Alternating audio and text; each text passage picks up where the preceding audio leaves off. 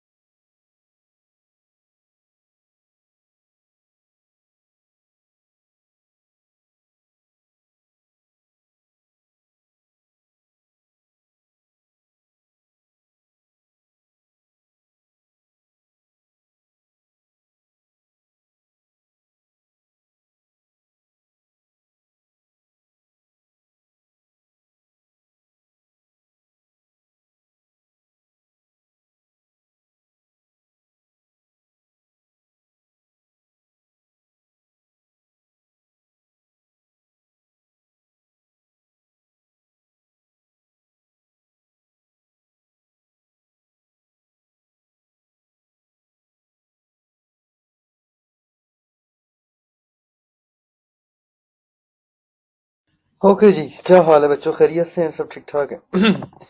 एशरिज and Likert दो models हैं जी आज के डिस्कशन के। Will start with Ashridge and will discuss the Likert afterwards. हमने कल टेनेनबाम एंड श्मिट को डिस्कस किया था। टेनेनबाम एंड श्मिट का जो मॉडल है that precisely explain a leadership continuum. Ashridge एक यूके का कॉलेज है और इस यूके के कॉलेज की एक टीम ने 4 डिफरेंट स्टाइल्स आइडेंटिफाई किए थे लीडरशिप के। Tells, sells, consults and joins. अच्छा, ये कंसेप्चुअली काफी, ये अगले दोनों मॉडल कंसेप्चुअली काफी हद तक मिलते हैं टेननबाम एंड श्मिट के मॉडल से।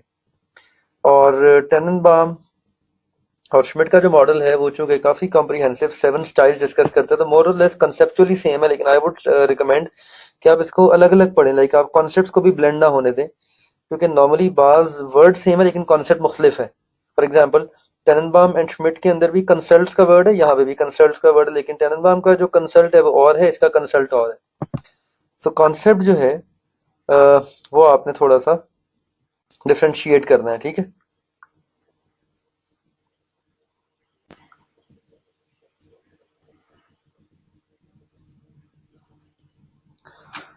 So we will talk about tells first. 4 styles हैं: tells, sells, consults and joints.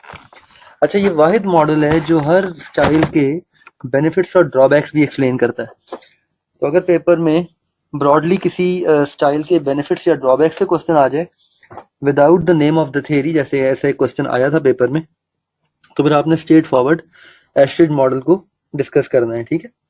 So tell style जो है ये डिक्टेटोरियल स्टाइल है। टेल स्टाइल के अंदर लीडर क्या करता है, डिसीजन लेता है और उसको इम्पोज करता है सबॉर्डिनेट्स के ऊपर without expecting them to obey without any question. Tell style के अंदर लीडर क्या करता है, क्वेश्चन के बगैर इम्पोज करता है डिसीजन को, ठीक है। टेल स्टाइल के बेनिफिट क्या है, टेल स्टाइल के अंदर डिसीजन मेकिंग स्पीड तेज होती है क्योंकि सारे डिसीजन लीडर खुद लेता है and without any consultation from the team members, from the subordinates. तो टेल स्टाइल जो है इसके अंदर डिसीजन मेकिंग स्पीड जो है that is quite rapid, quite fast, ठीक है, जल्दी डिसीजन हो जाते हैं। दूसरा, tell style is a better style when decisions are taken, especially when subordinates are inexperienced or they lack required understanding or they are unable to contribute usefully to the discussion of the problem, ठीक है। तो अगर subordinates जो हैं वो lack करते हैं, अगर सबॉर्डिनेट्स के पास कंट्रीब्यूट करने की कैपेसिटी नहीं है, अच्छा, ये अगर दो कंडीशन सेटिस्फाई हो रही हो, for example if there is no requirement for fast decisions and if subordinates have experience and knowledge, तो फिर तो अंडरस्टूड है कि आपने टेल स्टाइल यूज नहीं करना। टेल स्टाइल सिर्फ उस केस में हम यूज करेंगे जहां पे ये दो कंडीशन सेटिस्फाई होंगी, ठीक है ना। टेल स्टाइल के ड्रॉबैक्स देखें, सबॉर्डिनेट्स के व्यू को हम इग्नोर कर देते हैं। एनी इनिशिएटिव और creativity that subordinates can give might be lost. It is possible कि सबॉर्डिनेट्स जो हैं वो कोई अच्छी क्रिएटिविटी या सबॉर्डिनेट्स जो हैं वो कोई अच्छी आपको इनपुट दें, लेकिन आप चूंकि डिसीजन खुद ले रहे हैं तो दैट माइट बी लॉस्ट, ठीक है। There is too much dependence on one person, आप बहुत ज्यादा एक बंदे पे डिपेंड कर रहे होते हैं, ठीक है ना। आप एक बंदे के ऊपर डिपेंड कर रहे होते हैं। अगर लीडर फॉर एग्जांपल कहीं और बिजी है या अवेलेबल नहीं है वन वे और द अदर, तो डिसीजन जो है वो लेट होंगे। तो ये इसके ड्रॉबैक्स हैं। बड़ा स्ट्रेट फॉरवर्ड सा टॉपिक है। दो फायदे हैं, decision making speed, again keywords निकाल लें, स्पीड ऑफ डिसीजन मेकिंग, ठीक है, और दूसरा कीवर्ड एक्सपीरियंस ऑफ सबॉर्डिनेट्स, ठीक है, ये दो कीवर्ड्स हैं। और ड्रॉबैक्स के कीवर्ड्स क्या हैं, सबॉर्डिनेट्स के व्यू आप इग्नोर कर देते हैं, इनिशिएटिव और creativity can be lost and to much dependence, ठीक है। सेल स्टाइल इससे एक बेहतर स्टाइल है। अगेन अगर आप देखें तो कंसेप्चुअली ओवरलैप है ना, conceptually it is overlapping. Like tell style के अंदर हमने डिस्कस किया कि जो सबॉर्डिनेट्स हैं उनकी राय बिल्कुल नहीं ली जाती, और एग्जैक्टली ये कंसेप्चुअली ओवरलैपिंग है टेननबाम एंड श्मिट के साथ। टेननबाम एंड श्मिट का जो टेल स्टाइल है वो भी मोर और लेस यही कहते हैं ना, leader takes the decision and announces the decision to the team, leader decision लेता है और अनाउंस कर देता है। और टेल एंड सेल स्टाइल में डिसीजन लेता है और उस डिसीजन को इम्पोज नहीं करता, रादर उस डिसीजन को बेचता है, सेल करता है। So that is an autocratic leader, इसे कहते हैं autocratic leader. An autocratic leader makes a decision but then tries this decision to the subordinates, ये सबॉर्डिनेट्स को डिसीजन जो है वो बेचता है। और कैसे बेचता है, उन्हें कन्विंस करता है, उन्हें डिसीजन के बेनिफिट्स बताता है, ठीक है, that is how he sells the decision. इसके बेनिफिट्स क्या है, subordinates now at least know why the decision has been made, अब कम से कम सबॉर्डिनेट्स को पता है कि डिसीजन क्यों लिया गया है, और लीडर जो है वो डिक्टेटोरियल नहीं होता। यहाँ पे जो लीडर है वो डिक्टेटोरियल है। सो सेलिंग स्टाइल में डिसीजन लीडर खुद ले रहा है, but leader might not be dictatorial. Leader जो है वो डिक्टेटरशिप रोल प्ले नहीं कर रहा, ठीक है ना। हाँ, लेकिन ड्रॉबैक्स एग्जैक्टली यही है। सेलिंग स्टाइल के आप एग्जैक्टली यही ड्रॉबैक्स कैरी कर लें, कोई फर्क नहीं है, बिल्कुल सेम है। सबॉर्डिनेट्स का व्यू आप इग्नोर कर रहे हैं, any initiative or creativity that might come from the subordinate is being lost, and there is too much dependence on the leader, on one person। तो ये तीनों ड्रॉबैक्स आप आगे कैरी कर लें। डिक्टेटोरियल का वर्ड निकला है डिक्टेटर से। डिक्टेटर कहते हैं हुक्म देने वाले को। The dictator means a person who gives order. तो टेलिंग स्टाइल जो है ये डिक्टेटोरियल स्टाइल है। आपको पीछे बैकग्राउंड में म्यूजिक की आवाज आ रही होगी, इसे इग्नोर करें please, actually I guess neighbours में कोई फंक्शन हो रहा है। So that is how this dictatorial style provides that the leader only gives order। ठीक है, लीडर जो है वो सिर्फ ऑर्डर देता है। Got it. जो ड्रॉबैक्स टेलिंग के हैं वही ड्रॉबैक्स आप सेलिंग में कॉपी करेंगे। जो टेलिंग के ड्रॉबैक्स हैं वो सारे सेलिंग में आ जाएंगे। तो इसके अंदर भी बेसिकली आप इम्पोज ही करते हैं, ठीक है। And communication is largely one way, communication one way ही होती है। The third style is consults. बड़े आसान से स्टाइल हैं, बड़े बेसिक से स्टाइल हैं। कंसल्ट स्टाइल को हम डेमोक्रेटिक स्टाइल भी कहते हैं एशरिच के मॉडल के मुताबिक। कंसल्ट स्टाइल के अंदर लीडर पहले कमेंट्स लेता है सबॉर्डिनेट से before he makes a decision. अब देखें, अब यहाँ पे डिफरेंस देखें जरा। अब just for the sake of your clarity कि आप ओवरलैप ना करें थेरीज को, अगर आप ये देखें तो टेनबाम एंड श्मिट का जो कंसल्ट था उसमें लीडर या मैनेजर पहले डिसीजन अनाउंस करता है और बाद में ग्रुप मेंबर के साथ डिस्कस करता है।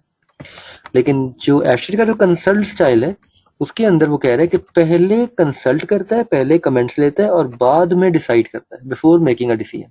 तो ये बुनियादी डिफरेंसेस हैं। That's why I am saying you कि आप काइंडली ओवरलैप ना कीजिएगा, ठीक है। तो ये सबॉर्डिनेट से कंसल्ट करके फिर डिसीजन लेता है, and comments from subordinates might persuade him to change his mind.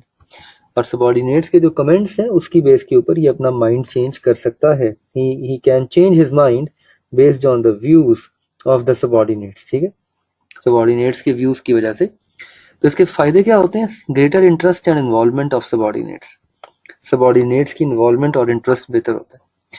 Possibly stronger motivation amongst subordinates, ठीक है, सबॉर्डिनेट्स की मोटिवेशन ज्यादा होती है। पॉसिबली उनकी जो कंट्रीब्यूट करने की जो कैपेसिटी है वो ज्यादा होती है, ठीक है। So they can contribute knowledge and experience in a better way, and they can gain better insights and understanding through being involved in the process of decision making.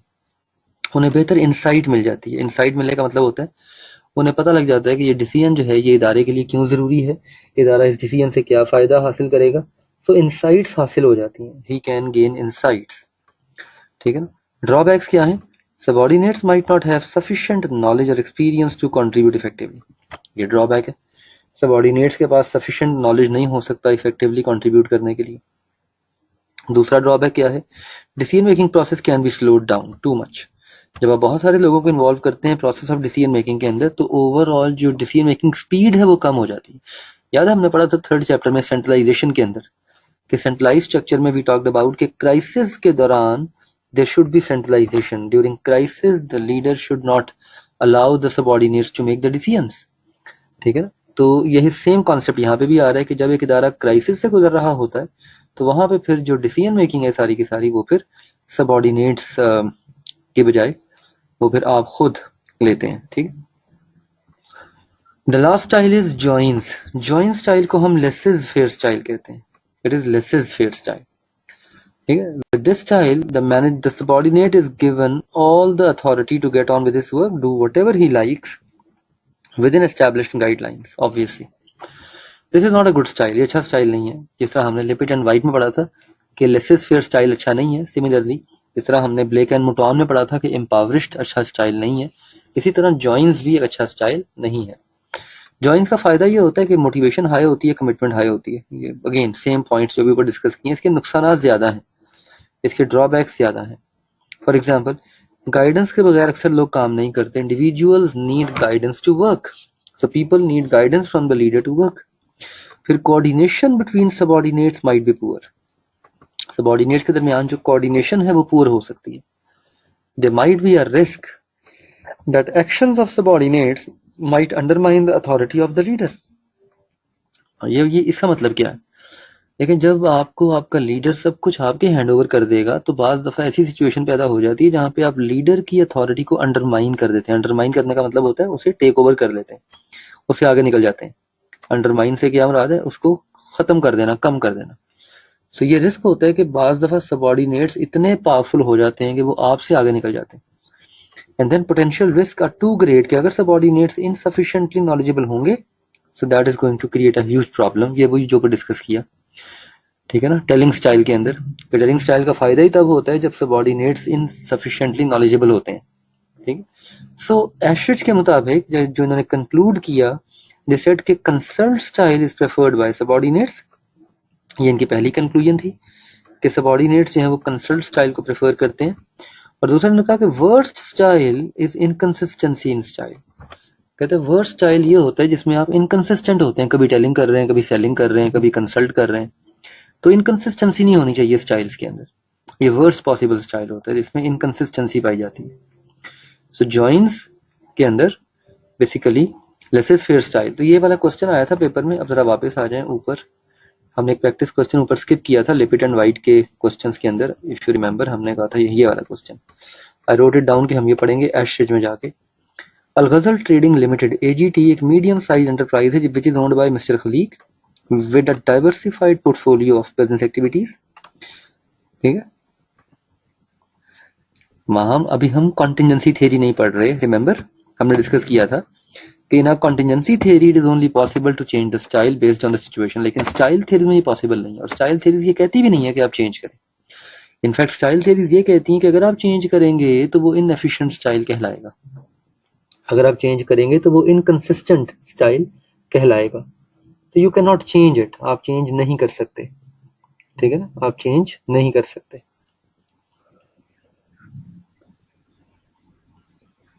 तो ये क्वेश्चन है जी, अलगजल ट्रेडिंग एक मीडियम साइज एंटरप्राइज है जिसे mister Khaleeq own करता है, diversified business portfolio में operate करती है। Although some staff members have been associated with AGT for many years, कुछ स्टाफ मेंबर कई सालों से AGT के साथ काम कर रहे हैं, but they are rarely trusted with the decisions. On most of the occasions, not all the occasions, most of ये कीवर्ड है, decisions are imposed on the employees by Mr. Khalik.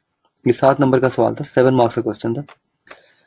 और इस क्वेश्चन में पूछा यह गया था कि आइडेंटिफाई करें पहले तो स्टाइल को, कौन सा स्टाइल यूज कर रहा है। तो वो ऑटोक्रेटिक या सेलिंग स्टाइल यूज कर रहा है, ऑटोक्रेटिक और सेलिंग स्टाइल इस्तेमाल कर रहा है, ठीक है ना। सीएन को most of the time impose करता है, नॉट ऑल ऑफ द। अगर यहाँ लिखा होता है ना all of the time impose करता है, फिर टेलिंग स्टाइल होता, फिर ये टेलिंग। तो अभी वो यूज कर रहा है participative style, selling style use कर रहा है। He is selling the decision to subordinates, वो डिसीजन को सेल कर रहा है सबॉर्डिनेट्स को। तो he is selling the decisions to the subordinates, ठीक। अगेन वो जो भी हमने इसके ड्रॉबैक्स बेनिफिट, हाँ रेयरली ट्रस्टेड, ये भी कीवर्ड है, रेयरली ट्रस्टेड, ठीक। कभी कभी करता भी है लेकिन ज्यादातर नहीं करता, ठीक है। और तीसरा कीवर्ड क्या है? इम्पोज, ये इम्पोज, ठीक है। और यहाँ पे कहीं पे भी डिक्टेटर का वर्ड नहीं लिखा हुआ, ठीक है ना। तो ये तमाम चीजें इंडिकेट कर रही हैं कि ये सेलिंग स्टाइल है। सेलिंग स्टाइल के बेनिफिट्स क्या होते हैं? क्विक डिसीजन मेकिंग, जो भी हमने पढ़ा, ठीक है। Specially when the decisions are needed to be taken in very little time. और सेलिंग स्टाइल के फायदे क्या होते हैं? Urgent short term results produce करता है। और सेलिंग स्टाइल के फायदे क्या होते हैं? इफेक्टिव होता है in case of inexperienced employees और news where they need specific instructions और क्लोज फॉलोअप्स। इसके ड्रॉबैक्स क्या होते हैं? लैक ऑफ डेलीगेशन की वजह से, ठीक है, they might be to much dependence on one person, बहुत ज्यादा करेंगे। और अगर स्टाफ के पास एक्सपीरियंस्ड नहीं है,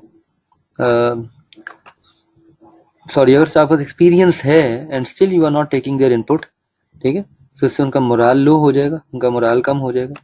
दे will feel frustrated when they will be imposed the decisions, ठीक। Leader has to be present all the times. तो मोर और लेस वही वाले बेनिफिट्स और ड्रॉबैक जो भी हमने डिस्कस किए हैं, सारे के सारे वही यहाँ ब्रीफ किए जा रहे हैं। ये 7 मार्क्स का क्वेश्चन था एंड इट अपीयर्ड इन सितंबर 2017, सितंबर 2017 की अटेम्प्ट थी। 7 नंबर का सवाल था एग्जामिनेशन में, और एग्जामिनर ने पूछा था कि बताएं डिफरेंट स्टाइल्स जो हैं इनका सिचुएशन के मुताबिक बताएं कौन सा स्टाइल यूज कर रहा है। So it's very straight forward theory, बल्कि इनफैक्ट आपकी अटेम्प्ट के लिए इंपॉर्टेंट है, it is very important. In fact आपकी अटेम्प्ट के लिए 3 थ्योरी से मेरा फोकस ज़्यादा है आउट ऑफ दिस 5। एक टेनेनबाम एंड श्मिट पे, एक एशरिच के ऊपर, और तीसरा लिपिट एंड वाइट पे, ठीक है। इन 3 में से भी अगर 2 टॉप की देखनी है तो टेनेनबाम एंड श्मिट और एशरिच, ये सबसे इंपॉर्टेंट है। आखिरी थ्योरी है रेंसिस लाइकर्ट की। रेंसिस लाइकर्ट ने 1960s में 4 मुख्तलिफ किस्म के स्टाइल्स को ब्रीफ किया था। फ्रांसिस लाइकर्ट ने कहा था कि लीडरशिप स्टाइल्स 4 किस्म के होते हैं: exploitative authoritative, benevolent authoritative, consultative and participative. इन्होंने कहा था कि 4 किस्म के स्टाइल्स होते हैं। एक्सप्लॉइटिव अथॉरिटेटिव, एक्सप्लॉइट करने का मतलब होता है खौफ दिलाना, थ्रेट करना। Leader low concern for people show करता है, और लीडर थ्रेट और फियर बेस्ड मेथड्स यूज करता है so that he can get the people to do what he instructs. Leader क्या करता है, वो फियर बेस्ड मेथड यूज करता है। कम्युनिकेशन वन वे होती है, ठीक है, इसे कहते हैं exploitative authoritative. This is a fear based management system, ये फियर बेस्ड मैनेजमेंट सिस्टम होता है। Next we have benevolent authoritative. Benevolent का मतलब होता है बेनिफिट बताना, फायदा बताना। बेनेवोलेंट कहते हैं फायदा पहुंचाने वाले को। बेनेवोलेंट का लफ्जी मतलब होता है फायदा पहुंचाने वाला। तो लीडर अथॉरिटेरियन होता है बट थोड़ा सा कंसर्न फॉर पीपल शो करता है। कैसे शो करता है? बेनिफिट्स बता के, रिवॉर्ड्स दे के, ठीक है। He tries to listen to concerns of the people lower down in the organisation, उनके कंसर्न्स को सुनने की कोशिश करता है। But he is often told by subordinate what they think he would like to hear. लेकिन नॉर्मली सबऑर्डिनेट उसे वही बताते हैं जो वो सुनना चाहता है। Most decisions are taken by the leader, there is not much team work. Decision making सारी खुद करता है, टीम वर्क कम होता है, बहुत कम होता है, ठीक है। इसे कहते हैं बेनेवोलेंट। और यानी आप ये कह सकते हैं, अगेन अगर आप टेनेनबाम एंड श्मिट के साथ कंसेप्चुअली कंपेयर करें तो ये सेल्स है, this is sells, this is tells, ठीक। ये टेल्स है और ये टेल्स एंड सेल्स है। हमने देखा था ना कि टेल्स एंड सेल्स में क्या करता है, डिसीजन लेके उसकी रीजनिंग करता है कि ये डिसीजन क्यों लिया है, इसका रीजन क्या है। इसे टेल्स एंड सेल्स कहते हैं। Next we have consultative. Consultative में क्या करता है, makes a genuine attempt to listen to his subordinates. सुनता है सबऑर्डिनेट को, सब्सटेंशियली ट्रस्ट करता है उनको, but not enough to let them make the decision. हाँ, डिसीजन मेकिंग उनके हवाले नहीं करता, उन पे ट्रस्ट करता है, उनकी बात सुनता है, उनकी राय लेता है, लेकिन डिसीजन मेकिंग खुद करता है। To some extent two way vertical communication होती है, कुछ हद तक वर्टिकल कम्युनिकेशन होती है, ठीक है, और कुछ हॉरिजॉन्टल कम्युनिकेशन भी होती है। Moderate amount of team work, जैसे देखें यहाँ पे there is not much team work, there is simply no team work. यहाँ पे तो टीम वर्क है ही नहीं ना, there is no team work, यहाँ पे टीम वर्क है ही नहीं, ठीक, there is no team work. यहाँ पे स्लाइट टीम वर्क, थोड़ा सा टीम वर्क होता है, थोड़ा बहुत टीम वर्क होता है यहाँ। यहाँ पे moderate amount of team work, यहाँ पे मॉडरेट टीम वर्क है, और यहाँ पे a lot of team work is there, strong team work है, ठीक है। और सबऑर्डिनेट्स जो हैं वो साइकोलॉजिकली बेहतर कनेक्टेड होते हैं, they can work closely well together, they receive economic rewards based on achieving the goals. Economic rewards को अचीव करते हैं, गोल्स को अचीव करके, ठीक है। ये क्वेश्चन जो हमें याद है, जो भी डिस्कस किया था सितंबर 19 का, जो हमने क्वेश्चन डिस्कस किया था, इसमें हमने कल ब्लेक एंड मोटॉन का सवाल देखा था ना, उसका पार्ट बी लाइकर्ट के ऊपर था। 12 नंबर का सवाल आया था पेपर में। It was a very interesting and a very important question. That question appeared in past paper for like 12 marks. 12 number का सवाल था पेपर में। ये देखें, 6 नंबर का पार्ट था ब्लेक एंड मोटॉन के ऊपर, और 6 नंबर का पार्ट था लाइकर्ट के ऊपर। दोबारा पढ़ें इन सिचुएशंस को, अब लाइकर्ट के कॉन्टेक्स्ट में पढ़ेंगे, ठीक है। Farzad Khan has set high performance standards for subordinates, seeks efficiency among his subordinates by implementing strict rules and procedures. He views punishment as an effective way of motivating employees. अब Likert के style के मुताबिक ये कौन सा स्टाइल है? Likert की theory के, हाँ शाबाश, this is एक्सप्लॉइटिव authoritative. Yes, एक्सप्लॉइटिव authoritative, fear और थ्रेट बेस्ड मेथड यूज कर रहा है। हानिया Tahir sets achievable but not challenging targets she offence, अब इसमें कीवर्ड है offence, she offence listen to her subordinate before making the key decision. ये कौन सा स्टाइल है? विच style is this? Consultative, yes consultative, right. देखें इसमें अब वो कह रहे हैं कि बात सुनती है डिसीजन लेने से पहले। सेलिंग में या बेनेवोलेंट अथॉरिटेटिव में तो बात सुनता ही नहीं है ना, बेनिफिट बताता है, रीजन बताता है, रिवॉर्ड्स देता है, पॉजिटिवली मोटिवेट करता है। Zafartar sets challenging targets for his team members, rewards them accordingly, believe that his team is highly competent and involve them in the process of decision making। ये कौन सा स्टाइल है लाइकर्ट के मुताबिक? This is participative. Yup, this is, thank you very much, this is participative. तो 6 number का देख रहे हैं आप, 12 नंबर आए थे। इस तरह के सवाल देख के दिल करता है काश ये सवाल मुझे आ गया होता। कोई बात नहीं, आपको भी ऐसे क्वेश्चन ही आएंगे, आसान सवाल ही आएंगे आपको। जस्ट वेट फॉर मोमेंट, अजान हो रही।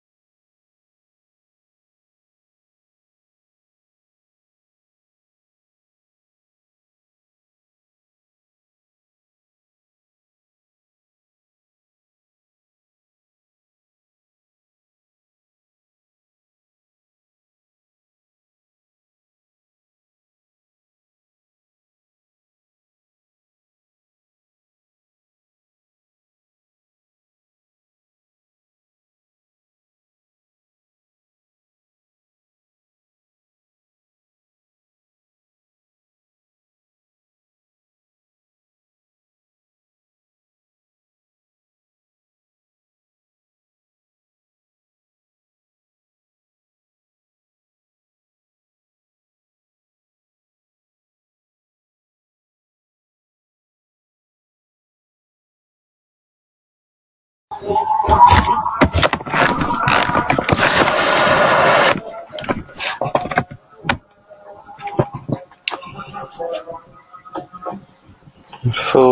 you can see कि यहाँ पे 12 marks टेस्ट हुए थे from these two topics and that is a lot of contribution. ये छोटी कंट्रीब्यूशन नहीं होती ऑब्वियसली पेपर के पॉइंट ऑफ व्यू से, दिस इज ह्यूज. और ऐसा क्वेश्चन अगर आपको देखने को मिले पेपर में तो definitely you will do some effort to attempt the question. Likert के मुताबिक participative style is the best style for profit oriented human centred organisations. ऐसे इदारे जो प्रॉफिट ओरिएंटेड भी होना चाहते हैं और ह्यूमन अपने एम्प्लॉयज के भी कंसर्न को पॉजिटिव रखते हैं, उनके लिए जो बेस्ट पॉसिबल स्टाइल है that is what we call as participative. इसे हम पार्टिसिपेटिव कहते हैं. ठीक है.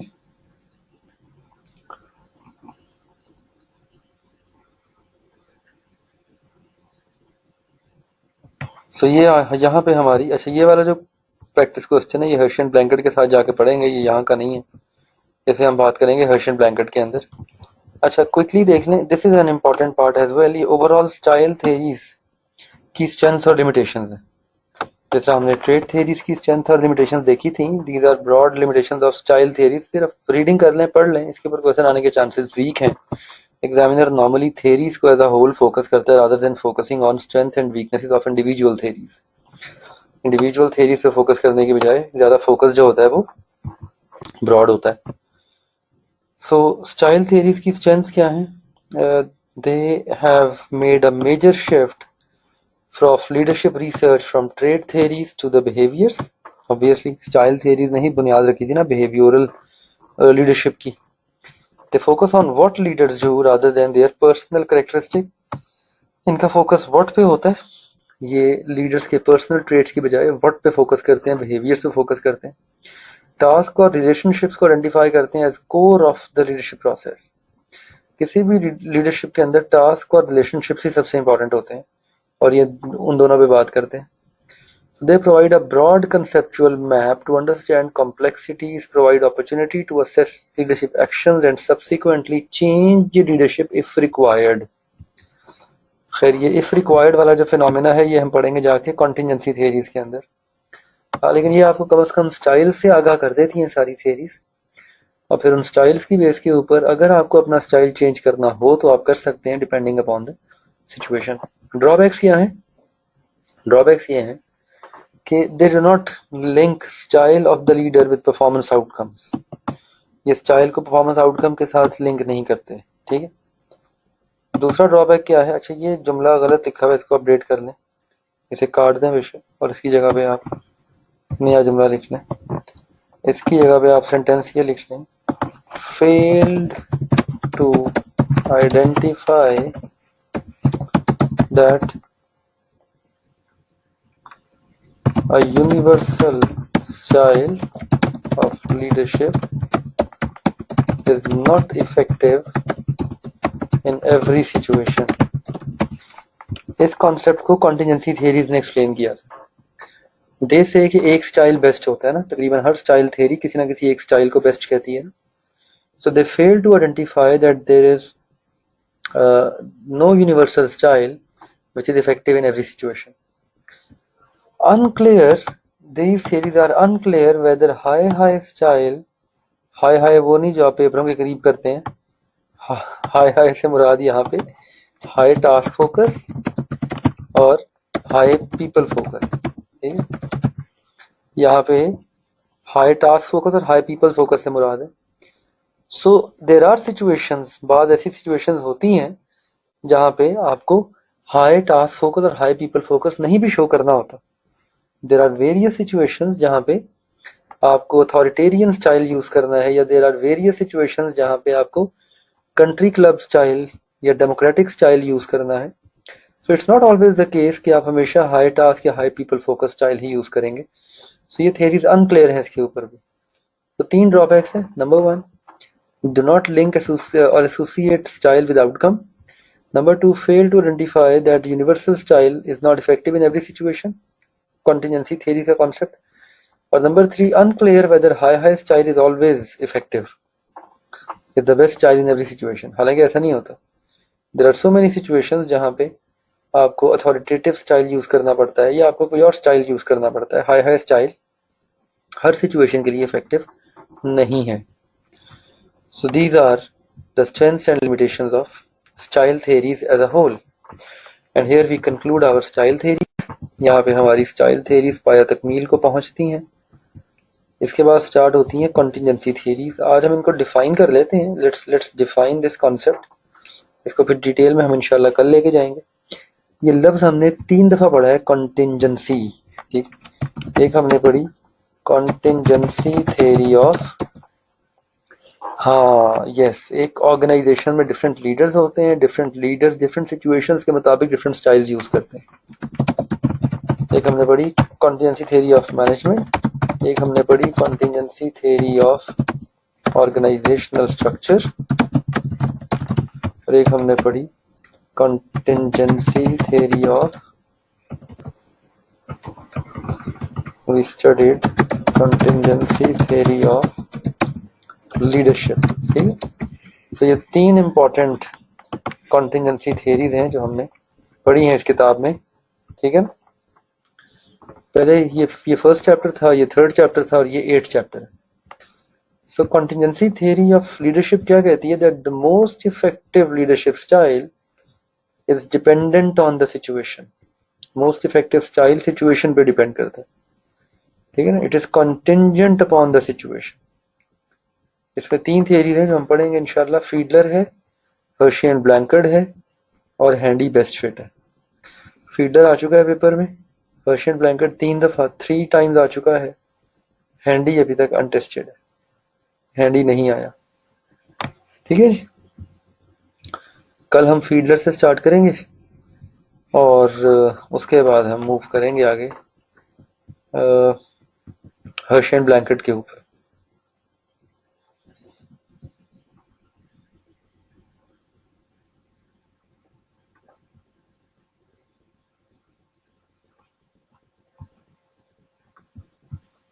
एनी क्वेश्चन, कोई सवाल?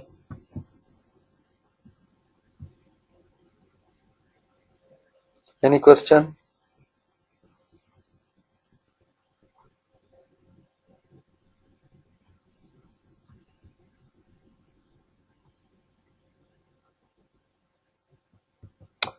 हाँ, वो इंशाल्लाह बस इन द नेक्स्ट वीक, अगले हफ्ते में मिल जाएगा आपको.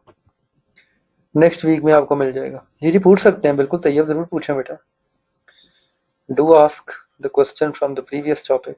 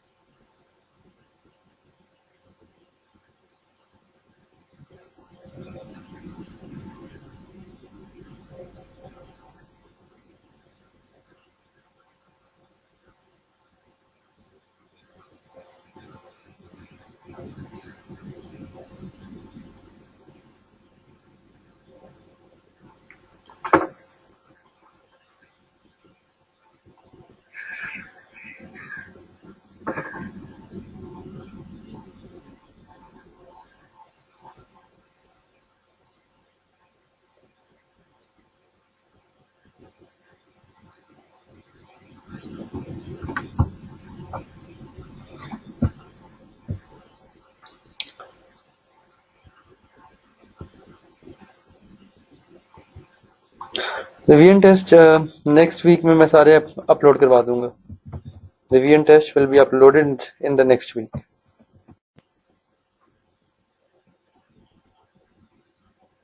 मंडे को हो जाएंगे इंशाल्लाह.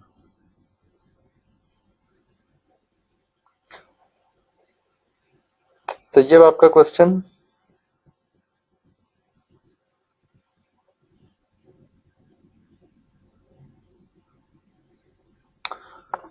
वेल, रिवीजन टेस्ट के लिए टाइम जो है वो फ्लेक्सिबल है, डोंट वरी।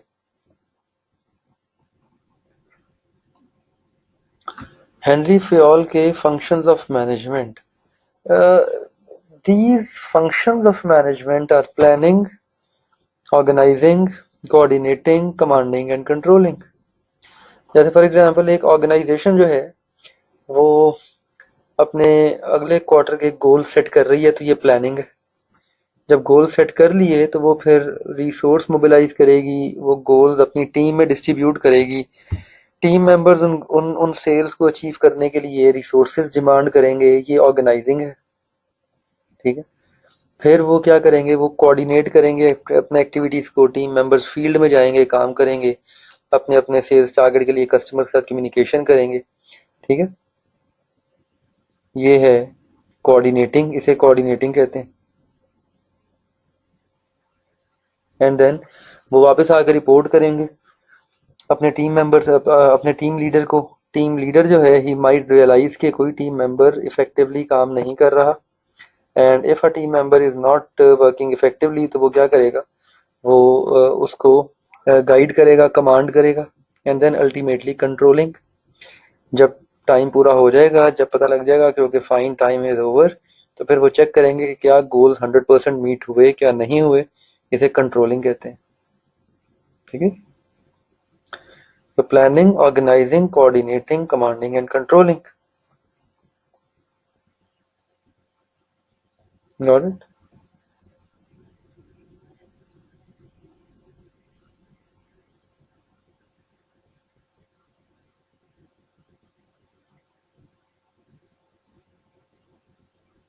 Okay, great. चले कल कंटिन्यू करते हैं इंशाल्लाह बच्चों। अल्लाह हाफिज, थैंक यू, खुदा हाफिज।